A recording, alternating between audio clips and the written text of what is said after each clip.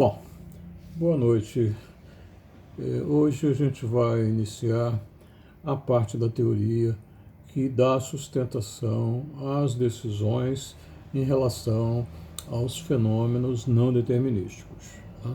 Então, essa teoria, a gente não vai entrar em altas profundidades dela, mas a gente vai falar dos principais conceitos que vão dar sustentação para que a gente compreenda bem como tratar esses fenômenos, ok? Então, a teoria de probabilidade ela tem alguns conceitos básicos, né, que a gente começa com talvez o principal deles, nesses básicos, né, que é o conceito de espaço de resultados. Quando a gente falou dos fenômenos, né, lá no início do curso, a gente disse que a única possibilidade de acesso que a gente tem ao fenômeno é o resultado que ele produz, né? Ou seja, é como se ele apresenta ao pesquisador, no caso. Tá? Então, a partir dessa ideia dos resultados, a gente precisa construir, então, esse conceito, né, de espaço de todos os resultados que podem ser observados no fenômeno. Tá? Então, no estudo de uma característica qualquer, de um fenômeno probabilístico, né, é imprescindível que a gente tenha consciência de como essa característica, né, como é que ela pode se apresentar ao pesquisador. Isso é, que resultado o fenômeno pode produzir em uma unidade estatística da população nele envolvida. Quer dizer, dada uma população, né, envolvida no fenômeno, são os integrantes dela, quer dizer, as unidades estatísticas, que vão poder produzir alguma resposta, né, que seja observável. Então, é um resultado para aquela característica que a gente está buscando conhecer. Tá? Em outras palavras, que resultado pode ser observado para a característica estudada, né, o resultado naquela unidade estatística, né? Ou seja, que resultado pode ser observado nesses indivíduos, ok? Bom, então, a consciência dessa característica, né, que o pesquisador tem que ter dessa característica, vai se dar pelo resultado que é observado, ok? Como o fenômeno é um fenômeno probabilístico, aleatório, né, unidades estatísticas diferentes podem produzir resultados diferentes, né, ou mesmo iguais. Pode ser que duas unidades estatísticas apresentem como resposta o mesmo resultado, ok? Então a gente pode ter situações de casos diferentes, situação de casos iguais, né, de indivíduos diferentes, de unidades estatísticas diferentes. Tá? Assim, né, ao estudar o fenômeno, é essencial que a gente saiba, né, a priori, ou seja, antes de observar, né, uma dada característica, quais são todos os resultados que o fenômeno pode produzir para aquela característica, ok? Então, isso a gente tem que conhecer a priori, quer dizer, eu não posso entrar no estudo de um fenômeno sem ter isso delineado, porque senão, de repente, acontece uma coisa que não estava prevista ali, isso vai indicar que essa totalidade de resultados está falha, você precisa, vamos dizer assim, completá-la ou refazê-la, ok? Bem, então, esse conjunto, né, de todos os resultados possíveis que um fenômeno pode produzir, né, para uma dada característica, chama-se o espaço amostral. Tá? Então, esse nome espaço amostral não tem nada a ver com amostra nem com população. Ele apenas é um nome, historicamente a gente mantém esse nome, mas ele é entendido como conjunto de todos os resultados que o fenômeno pode produzir, né, na hora de ser observado. Ok? Então, espaço amostral também a gente chama de espaço de resultados, tá? Ou ainda, né, dado que ele é tudo que pode acontecer no fenômeno, a gente então chama também de universo de resultados do fenômeno, ok? E o símbolo que a gente vai representar é essa entidade, né, esse espaço amostral, é a letra grega ômega maiúscula, né, ou a letra R maiúscula, tá? A letra R, a letra ômega, a gente usualmente usa na área de probabilidade, na área de matemática, etc. Mas o R, às vezes a gente usa em função da parte de aplicação, às vezes a gente costuma usar o R. E o R tem também uma conotação ligada à palavra range, né, em inglesa, que significa o domínio, né, dos valores que a variável pode assumir, tá? Então, quer dizer, esse ômega, esse espaço amostral, é o conjunto de todos os resultados que o fenômeno pode produzir. Tá? Bom, vamos dar um exemplo, então, que é para a gente entender um pouquinho melhor isso. Suponha que você tenha um pesquisador que esteja estudando a hipertensão em sujeitos com 40 anos ou mais, né, que foram diagnosticados com doença cardíaca, né? E o pesquisador deseja entender se os fatores, né, como obesidade, como ronco, né, como fumo, né, esses 3 fatores, como é que eles estão relacionados à hipertensão. Tá? Então esse seria o objetivo do pesquisador. Tá? Bom, então o que ele tem que fazer? Ele tem que conseguir vários indivíduos, né, com hipertensão e que atendam aquelas condições de admissão, né, ou seja, que sejam homens cardíacos a partir de 40 anos, né, e que tenham cardíacos, né, ou seja, que tenham sido diagnosticados com doença cardíaca. E nesse conjunto de homens recrutados, né, e eu digo aí diversos homens, muitos homens, né, depois a gente vai precisar o que é essa coisa de muito ou poucos, etc. Tá? Então, nesses indivíduos, ele mediu as variáveis para captar os aspectos da hipertensão, do ronco e da obesidade e do fumo, essas quatro características, né? Então ele vai ter que ir a cada um dos indivíduos, né, recrutados e medir essas 4 características no indivíduo. Tá? Vamos começar por uma delas só. Por exemplo, a hipertensão. Né? Para a característica hipertenso, né, que variável a gente pode usar para medir isso?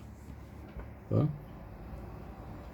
Bom, suponha que o pesquisador decida que lhe baste, né, para o estudo simplesmente identificar a presença ou não de hipertensão no indivíduo. Tá? E ele chame essa variável, denomine essa variável de presença de hipertensão. Tá? Então ele vai pegar essa variável, vai lá em cada um dos indivíduos e procurar ver como ela responde a essa variável, né? Como o indivíduo responde a essa variável. Ou seja, quais são, né, todos os valores que essa variável pode assumir nos indivíduos pesquisados. Antes mesmo de chegar até eles, né, eu tenho que pensar isso. Que valores eu posso encontrar para essa variável presença de hipertensão em cada um desses indivíduos que eu vou trabalhar, né? Ok? Quais são, então, todos os valores possíveis para essa variável? Tá? Eu, particularmente, acredito que esse pesquisador, nessa simplicidade, né, de observação, se satisfizesse com as 2 seguintes respostas, né? Presença e ausência da hipertensão. Tá? Bom, penso que não exista uma outra possibilidade de resposta, ou seja, dele registrar uma observação, né, quanto à identificação de que uma pessoa está, como no dito popular, né, está com pressão alta. A hipertensão está presente ou está ausente em cada um desses indivíduos. Okay? Não existiria uma terceira alternativa. Bom, Assim, todos os possíveis resultados para essa variável são presença e ausência de hipertensão, ok? Bom, então a nossa variável, que eu vou identificar pela letra X maiúsculo, o nome dela é esse daí, presença de hipertensão. Tá? Então a gente põe assim, x, dois pontos, aí o nome da variável. Bom, todos os valores da variável são, na verdade, 2, que eu vou chamar de x1 e x2. O x1 vai significar presença e o x2 vai significar ausência. Tá certo? Bom, o espaço de resultados dessa variável, né, ou chamam também o espaço amostral, uma coisa ou outra, né, ele é o quê? O ômega é igual ao conjunto desses resultados, né? A gente tem aqui como o conceito de conjunto está envolvido nessas coisas, a gente usa toda aqueles conhecimentos da teoria de conjuntos, né? Então, como é que a gente escreve extensivamente um conjunto? Né? A gente nomina todos os elementos dele, dá o nome de todos eles, né? No caso aqui, como são 2, são presença, vírgula, ausência. Tá? E essas chaves são a forma como a gente representa o conjunto por extenso. Tá? Ou é uma letra, ou é um chaveamento desse com todos os nomes dos constituintes do conjunto, tá certo? Separados por vírgula apenas. Tá bom? Como a gente usou o x1 e x2, a gente pode, ao invés de escrever desse jeito, a gente pode escrever o conjunto que tem x1 e x2 como elementos, sabendo que o x1 é a presença de hipertensão e o x2 é a ausência de hipertensão. Tá? Então, isso é uma forma da gente representar esse conjunto de todos os resultados para essa variável nesse fenômeno. Tá? Mas observa que a gente podia usar outras formas para expressar a presença e a ausência da hipertensão em uma pessoa. Tá? Não precisa ser exatamente essa, a gente pode usar outras formas. Por exemplo, você pode ter como resposta, né, o termo sim e não. Né? Sim para a presença e não para a ausência da hipertensão. Né? Ou como a gente põe depois, presença e não presença. Tá? Também pode ser assim. Ou hipertenso e não hipertenso. Okay? Ou também, como são 2 casos, a gente pode chamar um de 1 e o outro de 2, entendendo aí que o 1 é presença e o 2 é ausência. Ou ainda, essa última forma aqui, que é usar os numerais 1 e 0. Tá? 1, evidentemente, marcando a presença e o 0 marcando a ausência de hipertensão. Tá? Não importa que dupla de termos a gente vai utilizar como resultados, né, como a indicação dos resultados que esse fenômeno tem. Né? Todas essas duplas traduzem a realidade de uma pessoa ser hipertensa ou de não ser hipertensa. Tá? Assim, no fenômeno em estudo, para essa característica estudada, só existem 2 resultados possíveis. Tá? Esses resultados, são tudo que pode acontecer na medida da variável. Qual variável? Aquela presença de hipertensão. Presença de hipertensão. Ok? Então, essa variável é dita binária, porque ela só tem 2 valores possíveis, né? Ou dicotômica.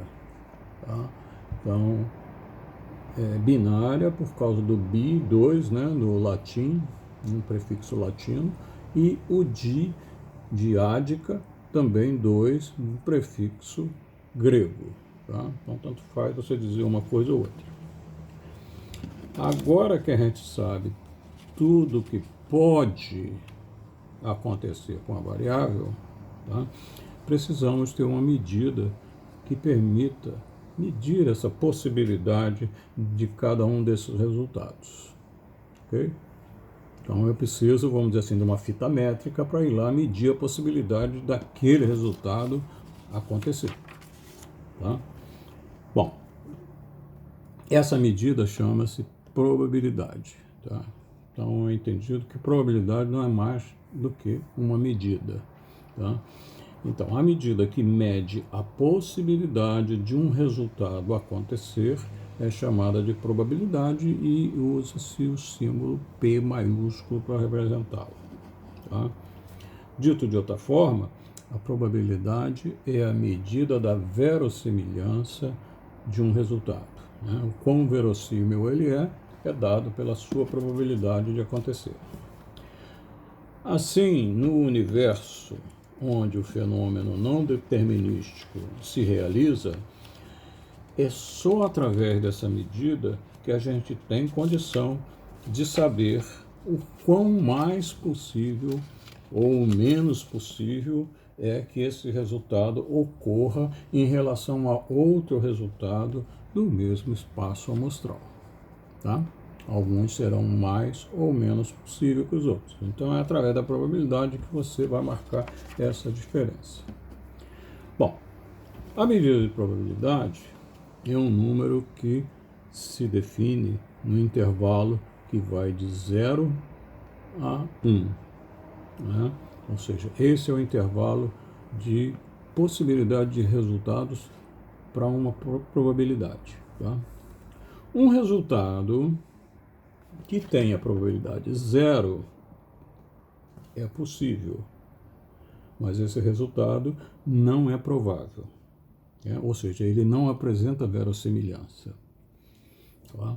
Um resultado que tem a probabilidade 1 é sempre possível e certamente será observado em qualquer realização do experimento, em qualquer observação do fenômeno, se aquele resultado tem probabilidade 1, ele sempre vai ser observado. Porque 1 é o máximo de medida de possibilidade, é a possibilidade máxima daquilo acontecer. E a gente marca isso com o valor 1. Ok? Por exemplo, o espaço amostral, como é o conjunto de todos os resultados possíveis, toda vez que se observar um fenômeno, aquele fenômeno, né, com aquela variável, né, com aquele espaço amostral, todo o espaço amostral vai sempre ocorrer. Por quê? O que vai ocorrer está dentro dele, é um dos resultados possíveis. Tá certo? Então, o espaço amostral tem sempre medida 1. A probabilidade do espaço amostral é 1. Ok? Ora, se essa totalidade de resultados mede 1, né, a gente então pode, a partir dela, definir as probabilidades dos seus constituintes. Né?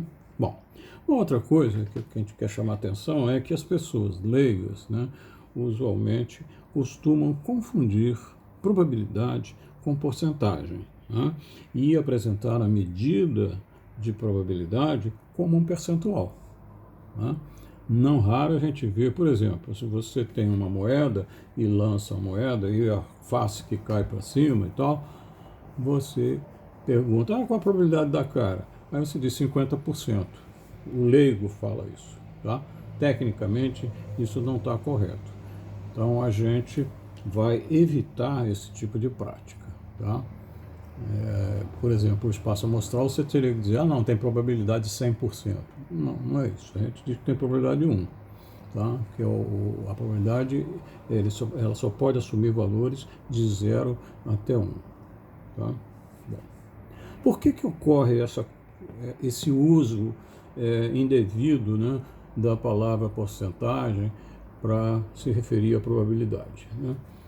Isso ocorre porque quando a gente não tem meios de obter o valor da probabilidade de um resultado sem acessar o fenômeno, ou seja, sem observar o fenômeno, a gente lança mão das frequências relativas obtidas em uma quantidade muito grande de observações do fenômeno. Tá? Depois a gente vai precisar um pouco o que é essa coisa muito grande. Né?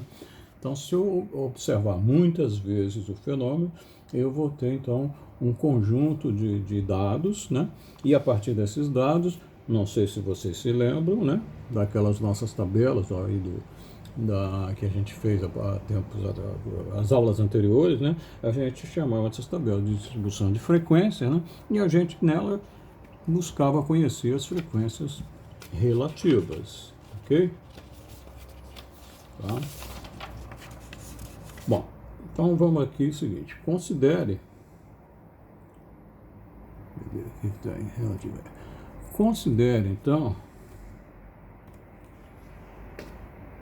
um exemplo aí, um outro exemplo, tá? Esse exemplo vai dizer o seguinte, considere então uma moeda, né, uma moedinha, dinheiro, tanto faz o valor, né? Se a gente lançar essa moeda, né, para cima e a gente aguardar ela repousar no chão ou num plano qualquer, tá? A face que ficará voltada para cima só pode ser uma de duas possibilidades. Essas possibilidades são chamadas de resultado cara e o resultado coroa. Tá? Essa forma de nominar isso é porque as moedas em geral têm uma esfinge de uma pessoa, sei lá, de um humano, e essa esfinge é o que a gente chama de cara. E o verso, né, que é onde tem o valor da moeda e tal, a gente costuma chamar de coroa. Ok? Bom, considerando que as moedas, né, são construídas de uma forma bastante equilibrada, né, não parece ser questionável que as medidas de possibilidade desses dois resultados, cara e coroa, sejam diferentes, né? Já que ela é equilibrada, então a medida de cada um desses resultados, em princípio, a gente acha que não devam ser diferentes, ok? Bom, assim, o espaço amostral da observação do fenômeno lançar uma moeda e observar a face que cai voltada para cima, né?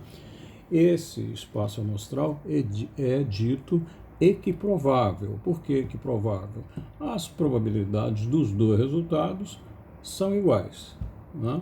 Ou seja, sempre que os resultados tiverem a mesma probabilidade, sejam 2, 3 ou mais do que isso, a gente diz que o espaço amostral é equiprovável, né? Tenha iguais probabilidades os seus resultados. Tá? Bom, no nosso caso, né, no sentido de que os dois resultados, ou seja, cara e coroa, têm as mesmas probabilidades. Então, o espaço amostral vai ser constituído então por dois resultados aqui, cara, vírgula, coroa, ok? São esses dois aí separados por uma vírgula, tá? Essa é a forma extensiva, né, da gente representar conjunto. Tá? Extensiva no sentido, o conjunto aí eu nomino todos os seus constituintes, né? Um é cara, o outro é coroa, se tiver mais de um, aí você tem que tomar cada um, você tem que ter uma identificação, falando extensivamente, tá? Bom, como a probabilidade do espaço amostral a gente disse que é igual a 1, distribuir toda essa probabilidade, 1, né, por dois resultados, tem como consequência que podemos saber que a probabilidade de cada um deles, né, sem ficar precisando, né, observar muitas vezes o fenômeno. A priori, bom, eles são de mesma probabilidade. O espaço mede 1, então os dois, como são iguais, vão medir metade, meio, 0,5 para cada um. Ok? Então, com isso, a gente não precisa lançar mão das frequências relativas para saber que a medida de um dos resultados é meio e o outro também é meio. Tá? Agora, o problema acontece quando eu não garanto a equiprobabilidade. Aí eu vou ficar num problema de definir, de encontrar qual é a medida, né, de possibilidade de cada um. Tá? Bom. Mas vamos manter essa ideia, por enquanto, da equiprobabilidade. A gente pode dizer que a probabilidade de cara, então, é 0,5. Né? Então, P, probabilidade do aí tem o resultado entre chaves. Aquele é um conjunto de um resultado, ok? Então a probabilidade de cara é meio e a probabilidade de coroa também é igual a meio, porque o número n de resultados do espaço amostral, ou seja, só tem 2, né? Esse é o conjunto, é o número de resultados dele. E essa forma de escrever, a gente marca assim, né? Na minha época chamava isso de jogo da velha. Hoje em dia o pessoal está chamando isso de hashtag, né? Mas um número significa o número de elementos desse conjunto. No caso aí são 2, ok? E a gente costuma ver nos livros ingleses esse hashtag, ou esse jogo da velha, como sendo a contagem de elementos do conjunto. Ok? Teoricamente, o termo correto é o seguinte, é a cardinalidade desse conjunto. Cardinalidade de um conjunto é quantos indivíduos ele tem na sua constitutividade. Bom, então, como a probabilidade do espaço amostral é 1, se eu dividir por essa cardinalidade, por 2, né, pelo número de elementos, eu vou obter meio para cada um, já que só tem 2. Ok?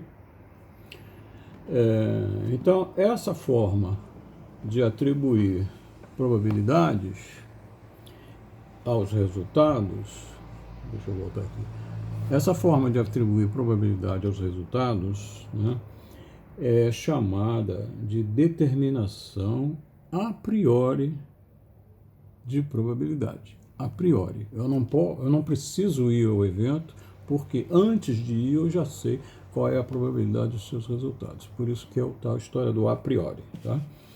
Então, contamos quantos são os resultados no espaço amostral, o n, né? E dividimos a probabilidade de 1 por n. Assim, a cada resultado do espaço amostral, aí eu vou usar essa letra minúscula ômega, né, indicando o ômega i, que aí ela vai ser a quantidade de elementos que tem o conjunto, o espaço amostral, né? Como no nosso caso tem 2, esse i aí vai ser igual a 1 e vai ser igual a 2, não há nada do que isso. Tá? Se tivesse mais, aí você poderia marcar os outros. Então, cada ponto amostral, né, esses valores, esse ômega i que está dentro do ômega, né, do espaço amostral, ele é chamado também de ponto amostral. Tá? Então, a cada resultado, ômega, estará associado à mesma probabilidade, né, se o espaço é equiprovável, a mesma probabilidade, que vai ser 1 sobre n. Tá? No caso que tem 2, é meio. Se tiver mais do que 2, vai dividir pela quantidade que tiver. Se tiver 5 indivíduos, né, elementos, então vai ser 1 sobre 5, para cada um dos 5. Ok? E se isso... o que aconteceu aí? Não, tem que voltar lá para baixo. E se isso não acontecer, né, a ideia de probabilidade determinada a posteriori, né, é aquele caso de que se a moeda for desequilibrada, no sentido que as suas faces têm medidas diferentes de acontecer, a gente costuma dizer que é uma moeda viciada. Né? Esse raciocínio que a gente fez já não vale mais. Não adianta pegar o 1 e dividir pela quantidade. Né? Os resultados vão ser os mesmos, né? Continuar sendo cara e sendo coroa. Né? O espaço amostral vai continuar sendo o mesmo. Tá? Mas as probabilidades de cara e de coroa têm de ser obtidas de forma diferente. Tem que ser obtida diretamente da realidade do fenômeno. Né? É o que a gente chama da probabilidade, né, determinada depois, a posteriori, depois que você observar o fenômeno. Né? Então, da observação do fenômeno ou da sua realização experimental, né? Se você estiver executando o experimento, etc. A partir de quê? A partir do conceito de frequência relativa. Ok? Bom, esse conceito de frequência relativa, né, conceitualmente, probabilidade e frequência relativa são conceitos diferentes. Né? eles só são assumidos como equivalentes pelo fato de ser impossível ao ser humano identificar, ou seja, medir a probabilidade de resultados em um espaço de infinitos resultados ou mesmo de finitos resultados, porém de medidas diferentes entre eles. Não mais é que provável. Tá? Infinitos resultados é a mesma coisa. Você não vai dividir por infinito e vai ficar nada para cada um, entendeu? Então, nessa concepção de mensuração da probabilidade, os teóricos sustentavam que a medida ou que a teoria das probabilidades estaria sustentada na experimentação, né? E não numa suposição de equiprobabilidade. No entanto, para a teoria de probabilidades, tanto faz como é que você mede, né? Para a teoria, importa que a medida seja atribuível aos fenômenos da realidade, satisfaz os axiomas da teoria, né, as verdades básicas da teoria, e são operadas segundo as regras da aritmética. Ok? Na prática, a obtenção a priori de probabilidade só é possível quando o espaço de resultados, ou seja, os espaços amostrais, são finitos e equiprováveis. Por outro lado, a obtenção a posteriori das probabilidades é em princípio, utópica, porque a igualdade entre probabilidade e frequência relativa só se realiza, né, elas só são iguais quando ocorrerem infinitas observações do fenômeno. Né? Só no infinito é que elas vão ser iguais, o que é uma tarefa inexequível para o ser humano. Ok? Então, essa ideia de probabilidade a posteriori, que seja frequência relativa, é uma aproximação que a gente faz, mas é a única possibilidade que a gente tem. Ok? Bom, por esse motivo, a melhor amostra, né, de uma população é a própria população. Tá? Só assim a gente vai conseguir dominar universalmente o fenômeno não determinístico que a gente está estudando. Ok? Mas, como somos finitos, seres finitos, né, em tempo e espaço, e cheios de limitações impostas pela natureza e impostas pela realidade, né, o alto custo, a premência de tempo, a indisponibilidade de recursos, né, para alcançar os resultados, como tanto pelo caso de sermos finitos, como pelas limitações que nos são impostas, a gente tem que se contentar com as soluções aproximadas, no entanto, o compromisso de sermos muito acurados no controle do erro e do acaso. Tá? Bom, então o que tem a ver o exemplo da hipertensão